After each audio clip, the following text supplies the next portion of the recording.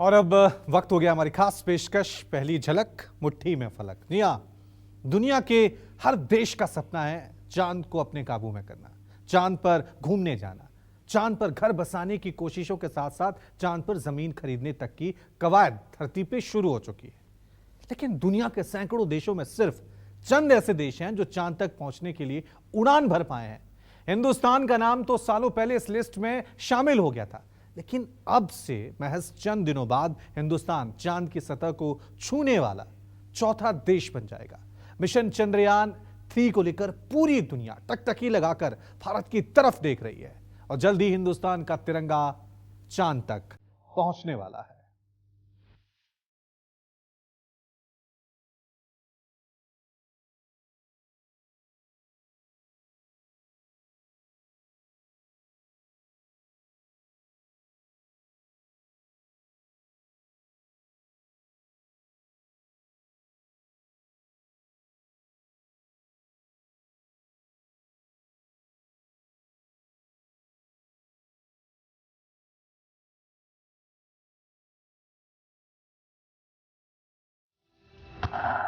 हिंदुस्तान का मिशन चंद्रयान दुनिया के लिए बड़ा कमाल।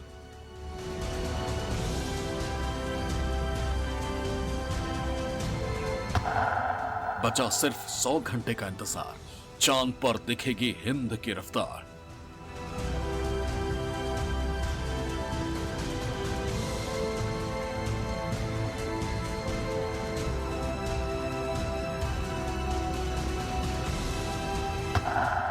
हिंदुस्तान का अभिमान है चंद्रयान, इसरो हासिल करेगा बड़ा मुकाम।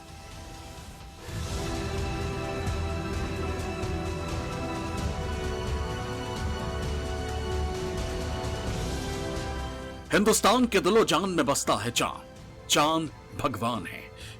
कवि की कल्पना का आधार है चंद्रमा, मोहब्बत में डूबे आशिक के लिए महबूब का चेहरा है चांद, और मासूमों के लिए चंदा को मामा की उपमा सदियों से चली आ रही है।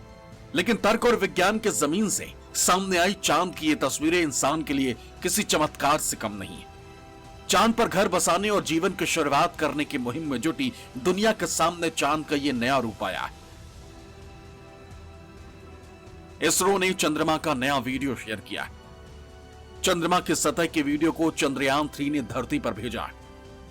इस तस्वीर को चंद्रयान 3 के विक्रम लैंडर के एलपीडीसी ने कैप्चर किया है। एलपीडीसी चंद्रयान 3 लैंडर के साथ जुड़े 8 सेंसरों में से एक है। चांद की तस्वीरें भेजते वक्त चंद्रयान अपने प्रोपल्शन मॉड्यूल से जुड़ा हुआ था। इस वीडियो में चंद्रमा के क्रेटर का अद्भुत दृश्य दिखाई दे रहा है। इसके अलावा लैंडर इमेजर कैमरा 1 ने एक दूसरा वीडियो भी कैप्चर किया है। इस वीडियो में छोटे रूप में धरती की एक झलक दिखाई दे रही है, जो अपने आप में बेहद खूबसूरत है। ये तस्वीरें गवाह हैं कि हिंदुस्तान का मिशन चंद्रयान 3 चंद्रमा के बेहद करीब पहुंच गया है और चंद दिनों में हिंदुस्तान इतिहास रचने के बेहद करीब है। जानकारी के मुताबिक चंद्रयान 3 का विक्रम लैंडर अब 113 × 157 किलोमीटर की कक्षा में आ गया है, यानी अब उसकी चंद्रमा से सबसे कम दूरी 113 किलोमीटर और सबसे ज्यादा दूरी 157 किलोमीटर है। इसरो ने डीबूस्टिंग के जरिए चंद्रयान की कक्षा घटाई। आपको बता दें कि डीबूस्टिंग का मतलब है स्पेसक्राफ्ट की रफ्तार को धीमी करना। इसरो अब डीबूस्टिंग का दूसरा ऑपरेशन 20 अगस्त को रात 2 बजे परफॉर्म करेगा। इसके बाद लैंडर की चंद्रमा से न्यूनतम दूरी 30 किलोमीटर और अधिकतम दूरी 100 किलोमीटर रह जाएगी। चंद्रमा और चंद्रयान के बीच सबसे कम दूरी 23 अगस्त को शाम 5:47 पर होगी और 23 अगस्त को शाम 5:47 पर सॉफ्ट लैंडिंग का प्रयास किया जाएगा। इसका महत्व इसलिए बहुत है कि चंद्रयान 2 में हमको जो टेक्निकल स्नैग आया था उसको इस समय पूरा दूर कर दिया गया है। इसको हेलीकॉप्टर से नीचे धरती पर गिराकर देख लिया गया है कि इसके चारों जो पैर हैं वो ज़मीन पर ठीक से बैठ जाएंगे, किसी तरह की कोई तकलीफ नहीं होगी।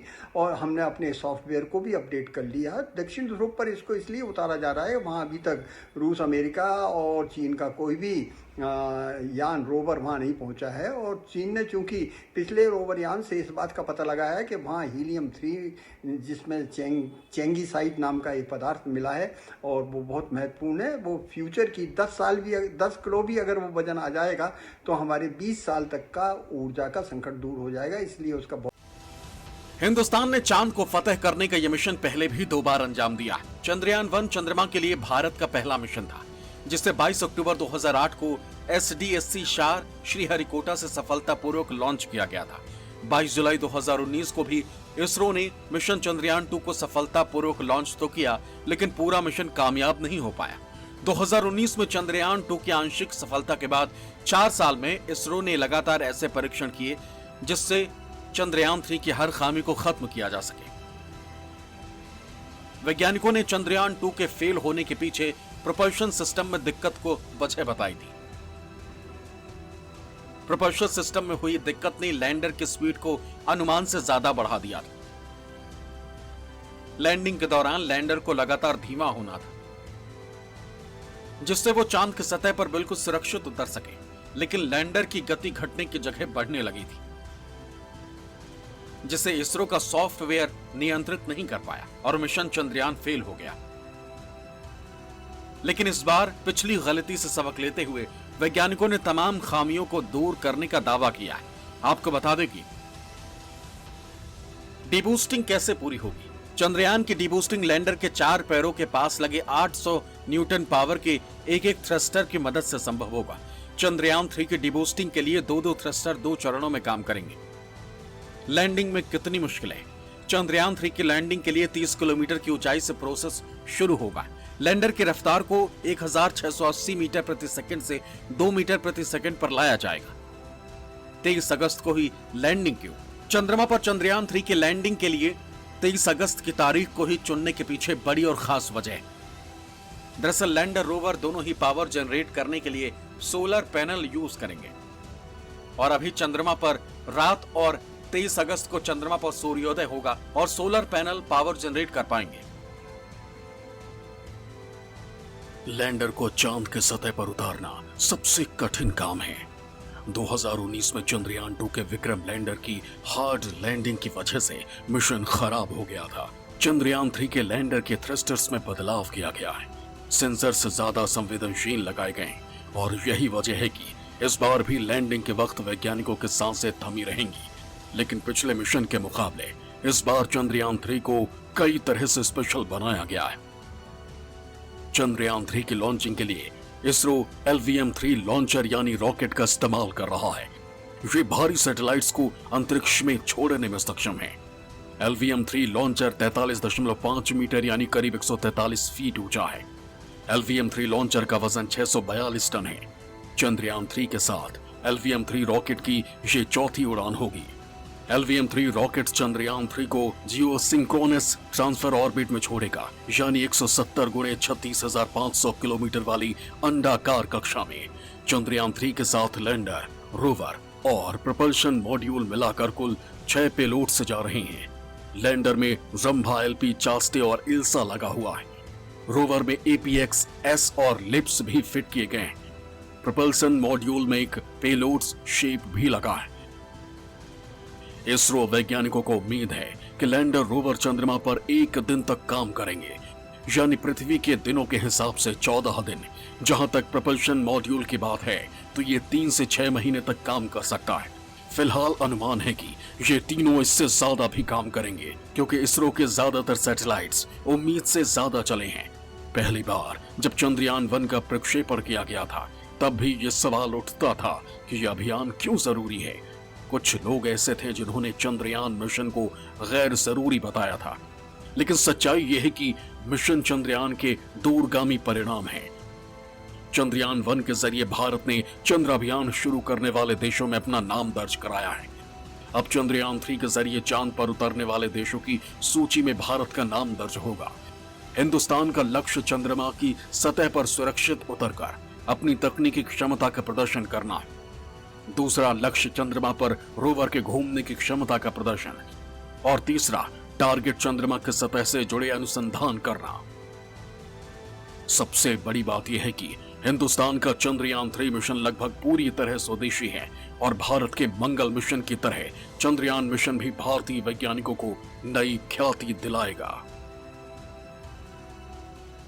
चंद्रयान 3 के सक्सेसफुल होने के बाद हमारा देश एक पहला ऐसा देश होगा जो चांद के साउथ पोल पे लैंड करेगा और इन्हीं तकनीकियों को हम फ्यूचर में यूज करेंगे। हमारे जो आगे आने वाले स्पेस मिशंस हैं उसमें इन्हीं टेक्नोलॉजीज का यूज करेंगे। चंद्रयान 3 के सक्सेसफुल होने के बाद हमारा इसरो अब इंसानों को स्पेस में भेजने का सोच रहा है, जो कि हमारा मिशन है गगनयान मिशन, जो कि 2023 के एंड में या 2024 में लॉन्च होगा। चांद की सतह पर उतरने के बाद रोवर प्रज्ञान वहां खूब घूमेगा, मिट्टी से लेकर तमाम दूसरे तरह के सैंपल कलेक्ट करेगा।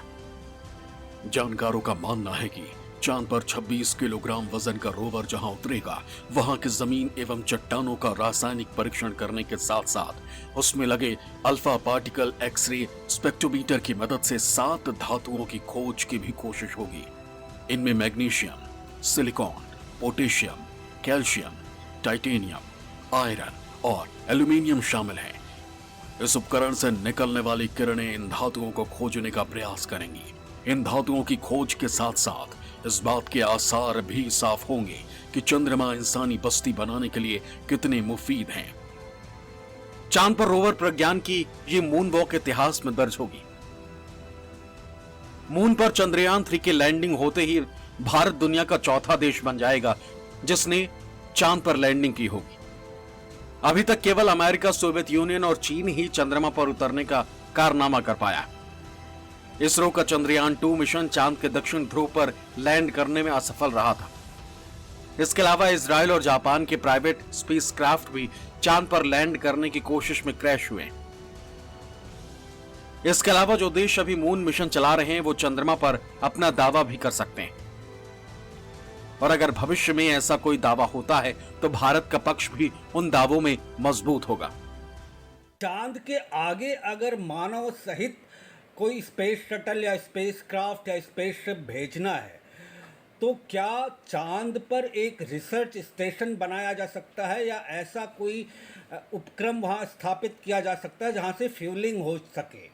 इससे चांद के आगे की जो जाने की योजना है वो आसान हो जाएगी, चाहे वो मार्स हो या मार्स के आगे भी अनमैन्ड मिशन भेजना हो, सैटर्न पर, जुपिटर पर, तो चांद से ये चांद एक लैंडिंग फेज हो जाएगा और वहां से फिर वो आगे जा सकते हैं। चांद को लेकर इंसान के मन में हमेशा से कई सवाल रहे। चांद तक पहुंचना एक बड़ा इंसानी सपना है। आंकड़ों की बात करें तो दुनिया के 11 देश अब तक 144 चंद्र अभियान चला चुके हैं और इनमें से 95 मिशन आंशिक या पूरी तरह से कामयाब रहे। 49 अभियानों को कामयाबी नहीं मिली, लेकिन अब 23 अगस्त 2023 की तारीख भारतीय अंतरिक्ष विज्ञान के लिए मील का पत्थर साबित होने जा रही है। Bureau report, news 24।